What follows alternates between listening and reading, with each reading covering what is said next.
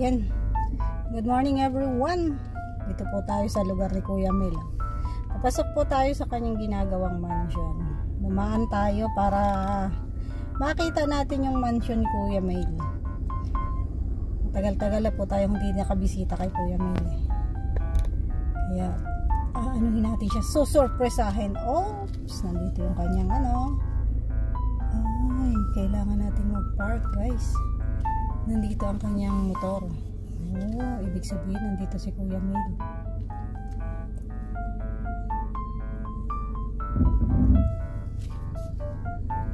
Uy, maganda na guys. Parang nakaharang tayo dito. Uy, ang ganda ng style ng bahay niya. Oh. Hindi niya alam na nandito tayo eh. Tignan nyo guys. Oh. Ayan. Pakita ko sa inyo ang ganda ng style ng bahay niya. Oh, diba? Para yung mga style sa ibang bansa. Asan po kaya ang tao dyan? Ganda oh. Galing, malapit na pong matapos. Hindi natin alam kung nandiyan si Kuya Mel. Baba tayo guys. Baba tayo at sorpresahin natin si Kuya Mel. Hindi niya alam na nandito tayo eh. Oops, ay naku, nakaharang yata tayo ah.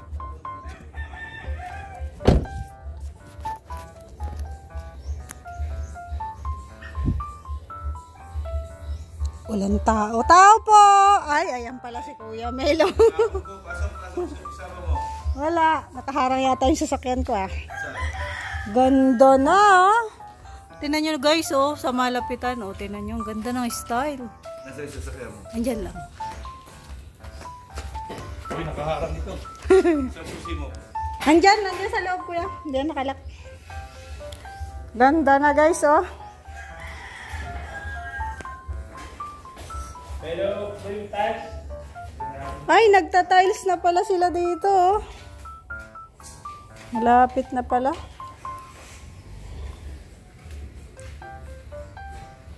Grabe, ganda. Ang taas ng ano niya, nung ang tawag to ceiling. Ah, may second floor pala to no kuya. Galing. Tingnan po natin dito sa kabilang kwarto. Ay, ito. May gripo, CR. CR nila to. Ito yung pinakang CR. May mga ano na rin po, oh. May mga pinto na rin.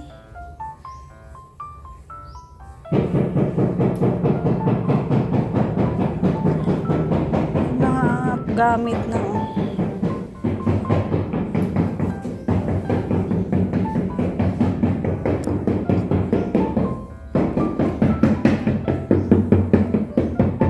May ano pala yan dyan? May CR din?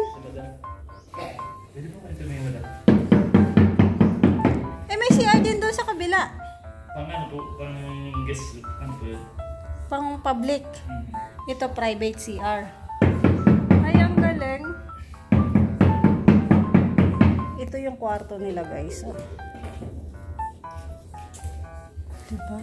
Sakto. Kasi nga naman, pag nandito ka sa loob, kahit hindi ka na lumabas, may CR na doon. Tapos pag may mga bisita, doon sa kabila.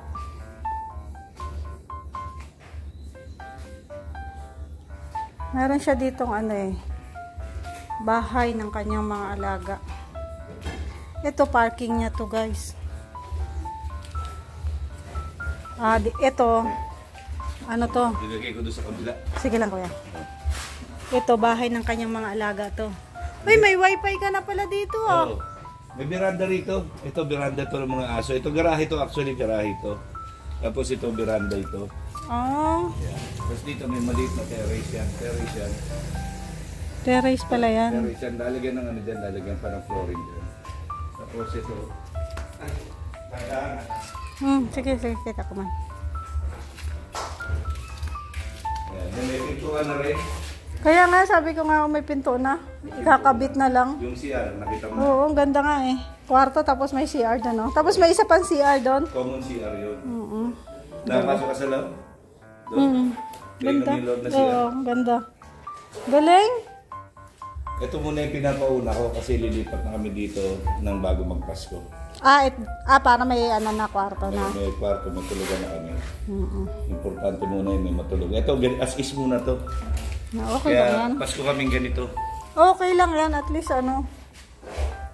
nakakalipat na sa sariling bahay. Masarap talaga hindi umuupa, guys. Tapos di ba may second floor to? Atik. Atik. Yan yung buong itaas na yan, atik yan. Yan, kung yan flooring yan, yan mismo flooring yan. Gandun yan. Malawak. Malaki yan, kahit 20 yung bisita mo. Kaya nga, malawak. Ang ganda talaga ng style ito, guys. Bahay na to. Kasi hindi rin mainit yan kasi mayroong bintana yan, kabilaan. Alam niyo yung style na pangyayamanin. Tinan Hindi niyo. naman, Europe design. Europe design. Basta nagagandahan pa ako sa style ng bahay na to.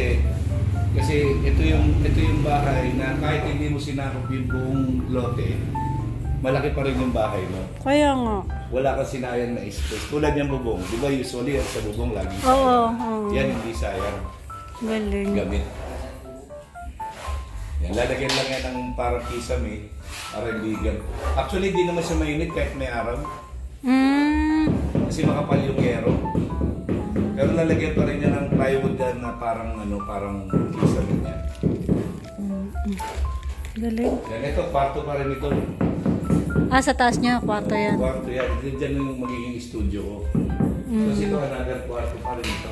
Doon sa taas na yun. Kaya kala mo napakalaki. Yan, isang kwarto yan. Ay, ang ganda May bintana rin siya doon. So, mahangin dyan sa taas. May ceiling dyan. Merong din dyan, merong flooring din dyan. Parang kagaya nung dito. Tapos ito, isa pa rin to, isang malapad na isang malapad na kwarto ito. Tapos saan ang kitchen ito dito? Ito yan, ito na yung kitchen. Tapos ito, dito yung hagdanan.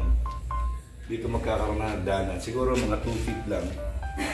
Paakyat. Para siya, umaga ba, maluwag siya pa rin. Maluwag pa rin siya. Galing Dito ka na pala nagla-live Dito. Kasi may wifi na talagang, yun po talaga importante sa mga vlogger ay wifi. Ayan yung pandesal. Sabi ko siya, okay na tayo tapos magkape, saka dumating. Siya nag-ikot. Nagtipid ako ngayon sa labor. Ba? Kasi Nagbabudget. Nagbabudget. Due to financial problem, baka mamaya sabihin nagsusulusit ako. Mahirap magsulisit. Nagkukwentuhan lang. Pero hindi, eto kasi, okay lang na magsulisit ako dito kasi project ito. Charity ito China-charity ko yung sarili ko. Sino ba una mong i-charity? Siyempre sarili mo muna. Pamilya muna. Asawa muna. Oo. Saka makikita naman kung saan napupunta yung binibigay nila. Oo. Galing. Saka yung tiles kasi kumpleto na ako. Kumpleto na yan. Para dito yan sa buo. Oo. Ang wala na lang yung salo. Ayan Okay na pala. Ang kulang ko na lang dito, pang labor, simento, at saka buhangin. Yun na lang ang kumbaga ba, talagang kailangan, siyempre, kailangan yung mga tao, kailangan pasahurin natin yan. Hindi man pwedeng utang at nangangailangan din sila. Actually, ito, inutang ko to 5 araw. Buti pumapayag sila, no? Mababait. Buti nga pumayag sila. Sabi ko, talagang walang-wala ako. Naintindihan naman nila na kailangan ko talagang lumipat. Di bali, kapag may bonus na si Kuya Mel, wala pala kaming bonus. Dahil sa mga nakakakuha ng bonus. Wala pala kaming bonus. Gusto tayo kape. Nabisita po natin si Kuya Mel. Yan, salamat sa pagbisita. Yan. Tagal na ako hindi nakapunta dito. Last na pumunta po ako dito, wala pa talaga to. As in, Mali mo, sa bagong taon, pwede ka pumunta Oo, dito. pwede. Ako naman padaan-daan lang ako. Ayusin ko yan, lilinisin ko yan dyan. Diyan tayo mag-celebrate. Pwede. Maluwag yan sa labas. Oo, ito maluwag. Maluwag dito. Asan na yung balon dito? Ayun. May mahiwaga pong balon dito si Kuya Mel. Ayan. Kaya hindi malinaw tubig yan, hindi lang ginagamit ito Kaya kahit mawalan ng tubig po, may tubig siya, di ba? Malinaw nga. Malinaw yan? Hiwagang balon. Hindi mo halatang may balon dyan eh. Kasi nung bago pa lang ginagawa ito, wala pang source of water. Nakakaya naman sa mga kapitbahay. So unang pinagawa ko yung balon. Pero ngayon may tubig ka na dito? Meron na. Ang galing! Ay, oo nga, no?